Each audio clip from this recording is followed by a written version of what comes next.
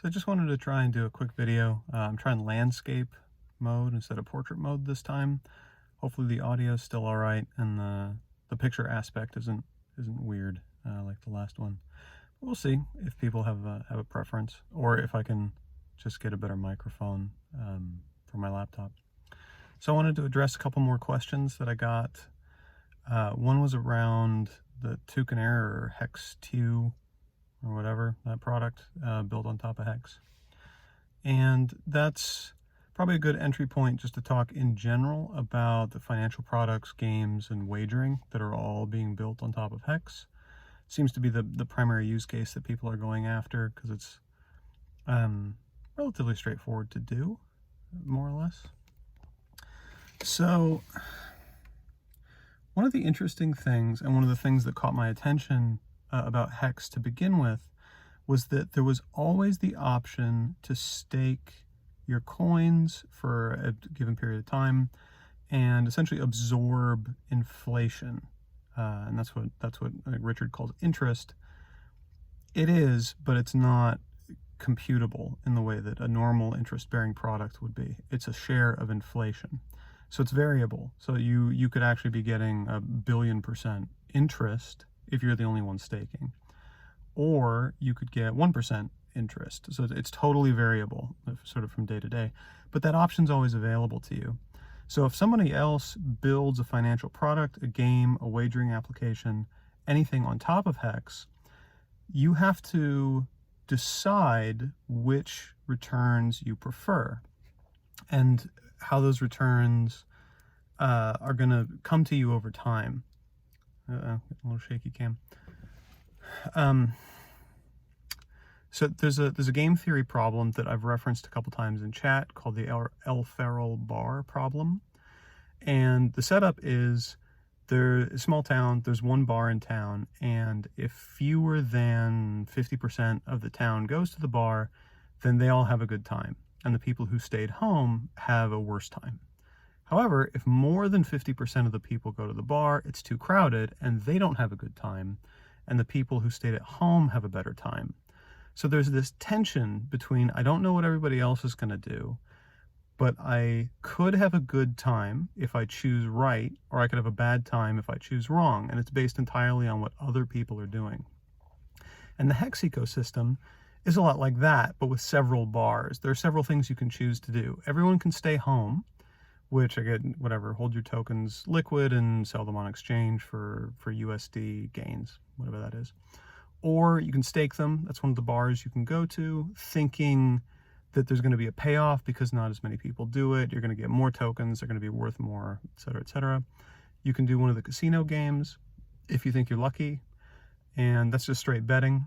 There's, I don't think anyone's done wagering like poker or similar, where you're not going against a randomizer, you're going against other people. And the hourglass contracts, the Tew one is one of them. Hex, I think, is the other one, or the other well-known one. So these are also kind of financial products. You put your coins in, and it's kind of a wagering game because you are waiting essentially for other users to pay you.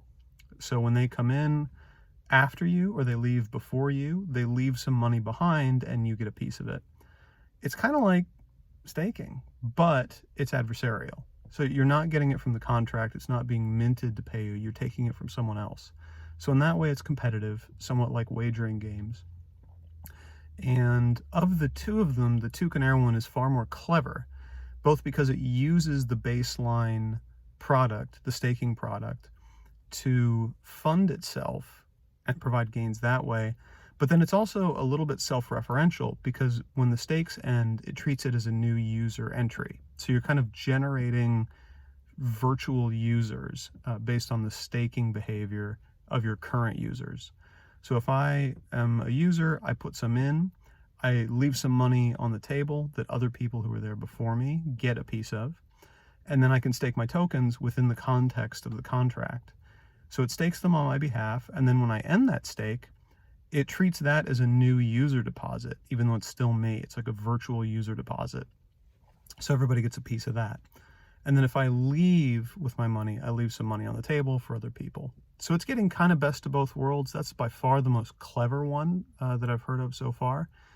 There are a couple people working on some other interesting contract ideas where you can essentially mint virtual tokens that can be cashed out later for staked hex. The whole goal is to build on top of the staking mechanism. I think those are going to be the more successful products, and probably the more successful endeavors just overall, because there's only so many times you can try and roll dice on the blockchain. Plus, everybody does that wrong in a really insecure way, because the actual way to get random numbers on the blockchain is very hard, so people don't do it. They just do kind of the easy thing.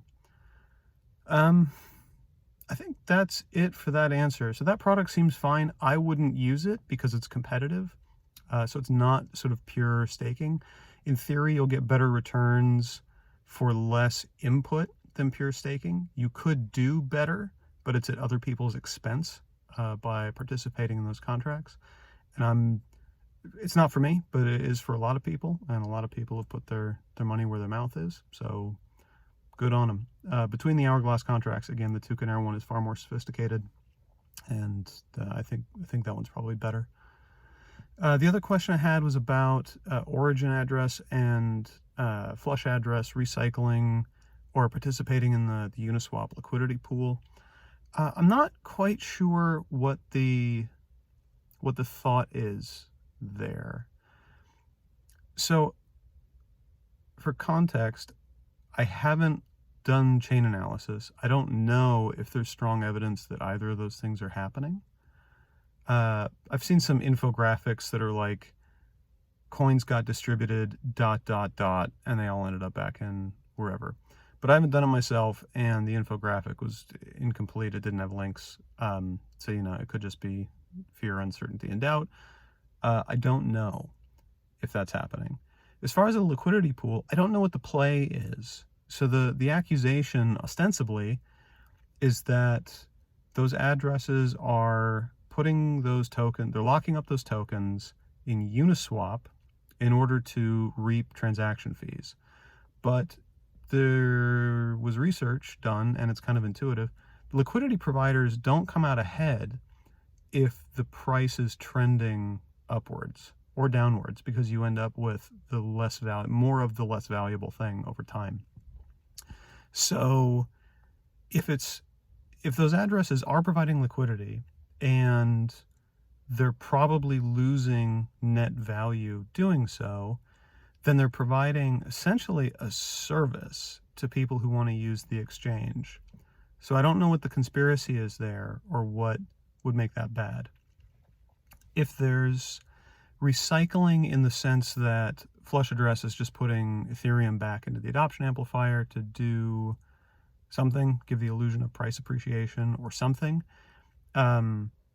it's being mirrored on Uniswap pretty close, aside from the couple of sort of end of day blockchain, I don't want to call it an attack, but DOS attack, so denial of service attack, where the last few minutes of the adoption amplifier day were flooded with 50 Gwei gas price transactions, meaning that it shut out any last minute participants, of which there are many, for the adoption amplifier, making it cheap. They immediately sell on, whoever is doing that has been selling at a profit on Uniswap, but then the Uniswap price recovers to sort of the expected adoption amplifier level relatively quickly.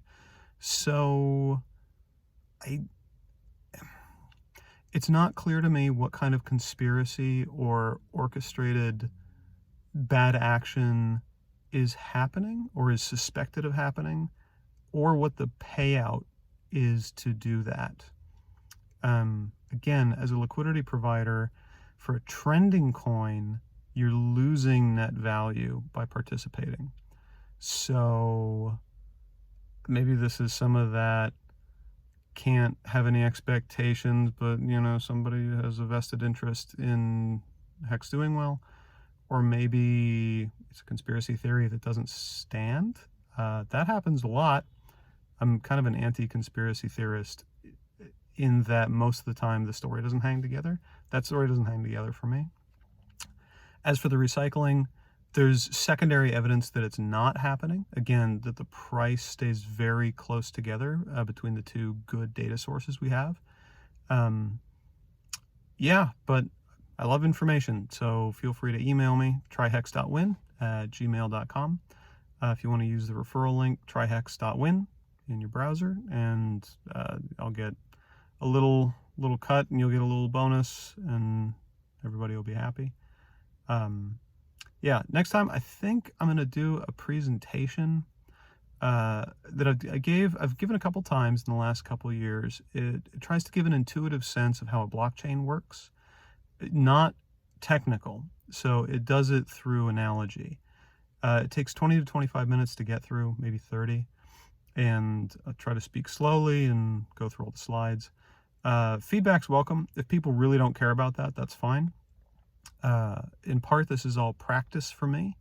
So I've done podcasts in the past, and it was very well structured. We had music, intros, outros, all that stuff. So kind of improvising here. Yeah, but going through technical content and explaining stuff is something I'm good at, so I'm going to give that a try and see how that works. Sound quality might suck on the next video, but I'm trying different microphones, trying not to buy an expensive microphone, but I may have to do that.